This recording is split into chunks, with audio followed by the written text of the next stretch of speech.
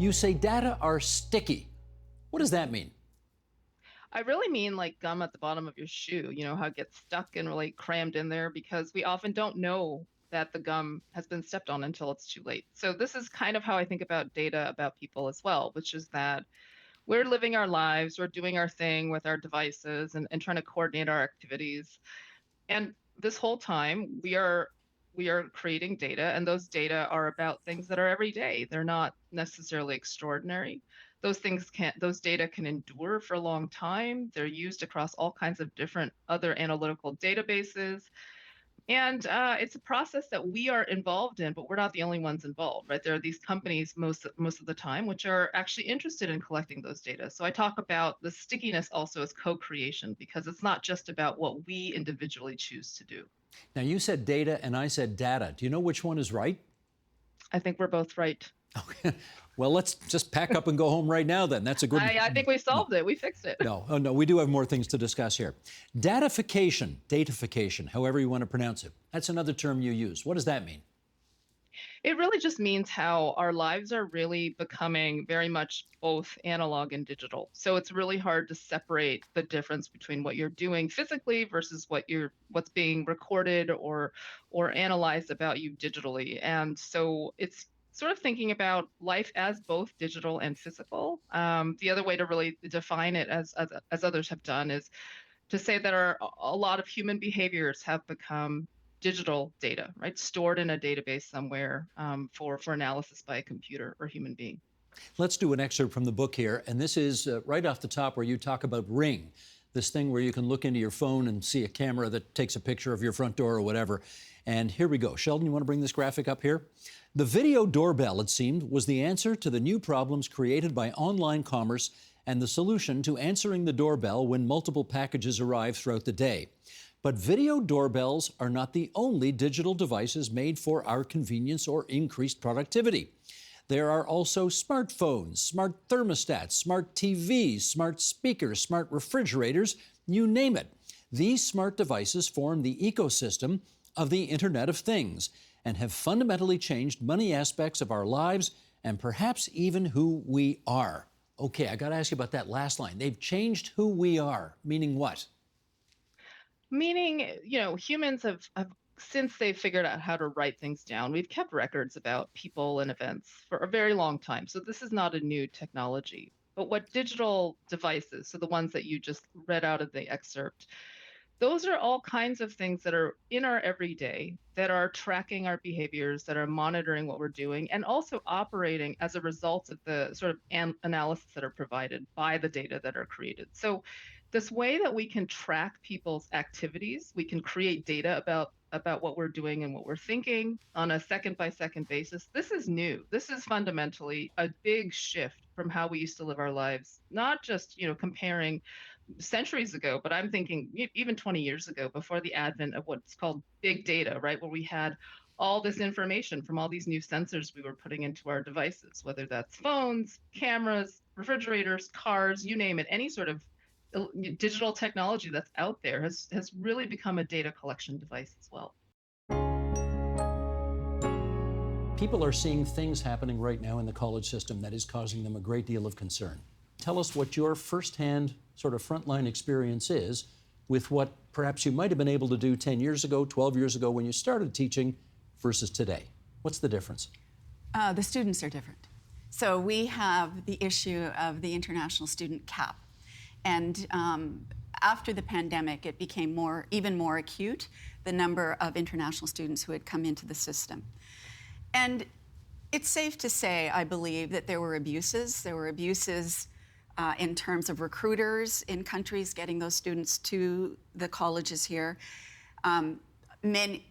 Some students used the college system and education as a way to get immigration status in Canada, and their commitment to education may not have been as strong as it should have been. Colleges encouraged international students because of the funding gap. They pay more. They pay much more, and there is a significant funding gap. Anywhere from when the colleges started, and Bill Davis's brilliant vision for colleges, which I think is brilliant, colleges were being funded around 80% of their budget dollars. Today, it's in the 20% range. So think about that 80% gap that exists. And so the international students were fueling that financial gap. The problem was that they weren't that interested, and so some of them weren't that interested. Some of them were terrific. Some of them, many of them, are extraordinary students and want to do well and want to stay in Canada and contribute, but others just saw it as a pass to the immigration system. Do you think it has been, and look, I appreciate that three of you here today make your living in this system, you love this system, you are champions of this system, but I wonder whether or not the reliance on foreign students and the triple or quadruple tuitions that they have paid in order to be in this system have allowed certain distortions, and either distortions to happen or problems unmet to take place. Maureen, what do you think? Well, I have to say, I think it's pretty broad sweeping statement to say that students came here to abuse the system, to, for strictly certain reasons. And I'm sure there are always those exceptions. But colleges have a very robust quality framework around the kinds of education, the kinds of standards that students have to comply with to be approved to come to a college in Ontario and in Canada for that matter. And I think, that was very robust. Have colleges had to rely on international revenue? Absolutely. In the absence of other funding through the province, there are only several revenue streams that we can rely on, and international is definitely one. Well, let me pick up with that view. So the spigot of international students has been turned off by the federal government, so you don't have that revenue. The province has frozen tuition for 7 years, the Progressive Conservative government, so you don't have that revenue. How strapped are you right now? Well, Humber may be a bit of an anomaly here. We didn't have a drop in international students from last year to this year. We do expect we'll see a drop this year simply because of the approval rates for visas coming from the government. But we were not one of the institutions that had over 50% international enrollment. We had 38%, correct? So what I would say to you is that international students had a higher retention rate. They had a higher graduation rate. So these students were actually performing quite well. They came here with a mission in mind, the vast majority, and they excelled in our system and filling much needed jobs in the labor force. When you look at our graduation or employment rates, they're well over 80% 6 months out of graduation, and our employer satisfaction rates are well over 90%. I like the question you asked fairly close to the beginning, which is, what if we had a parliament that mattered? What doesn't matter about our parliament today that we need to fix?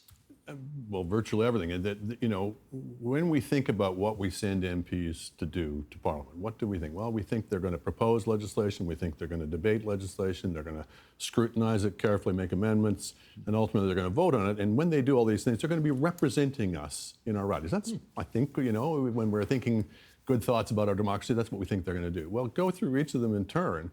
MPs don't propose legislation. The number of private members' bills that get through in a year is maybe 2 or 3 in a given year. Most MPs will never pass one at all.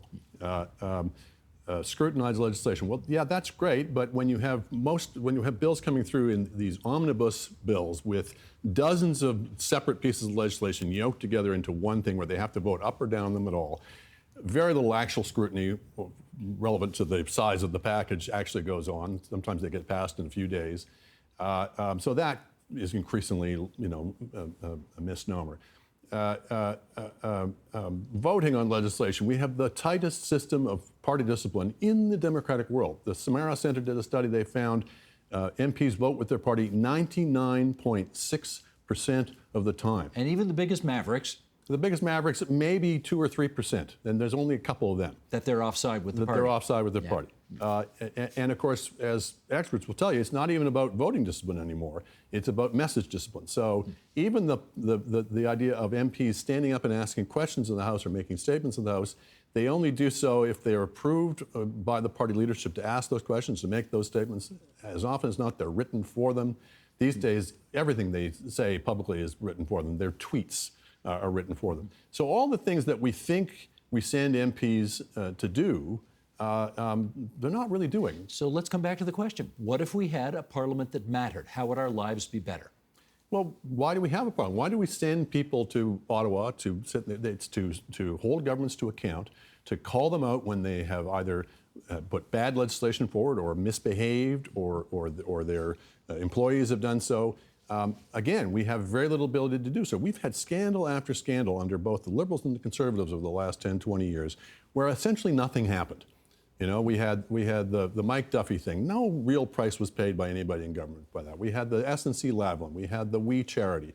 We had all these things, one after another, where the committees that were supposed to look at these things were basically stonewalled, couldn't even get the documents they were demanding. And if there's one power, ancient power of Parliament, that everyone agrees is undoubted, it's the right to demand documents. Well, apparently governments can get away with just telling them we're not giving them to you.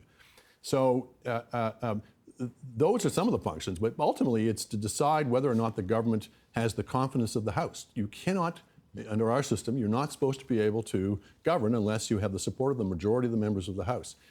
We've seen governments even get away with basically ignoring the confidence of the House. Either there have been actual votes that scholars will say were confidence votes, as with Paul Martin in 2005, where they just kind of hum and haw and spend a few days trying to trolling for votes on the opposition benches so they can get somebody to cross over. Which they got in the end. Belinda Stronach. Or what we've seen under both the Harper and the Trudeau governments, you prorogue when you look like you're about to lose a confidence vote. Proroguing in itself is not a scandal, but if you're using prorogation to basically escape accountability to Parliament, something's seriously wrong. We are not even 6 months into this year, and we've had, in the province of Ontario anyway, 2 general elections already, a provincial and a federal. Do we not have free and fair elections in this province and country? We do, and so some of the, by some standards, we do very well. Our paper balloting system proves its worth time and time again. There's no funny business. It's hard. You can't game it. You can't scam it. You can't hack it. Nobody is prevented from voting by physical force or fraud, all these sort of baseline things. But we need to ask, how representative is the Parliament that elects? We've talked about the degree to which it can't represent us in a rise, but how representative of us even in totality? The parliaments that we elect look nothing like what we voted for, whether in the aggregate or at the sub-regional level. So, for example, the Liberals were having a big to-do now about potential separatist uprising in Alberta because, my goodness, we elected the Liberals again and nobody votes for the Liberals in Alberta. Well, actually 30% or close to 30% of the public voted for the Liberals in Alberta this time. And got 2 seats to show for it. Best they've done since 1968 in the popular vote, they got 2 seats. This happens time and time again. It creates this absolutely distorted picture of who we are as a country. It exacerbates and exaggerates our differences.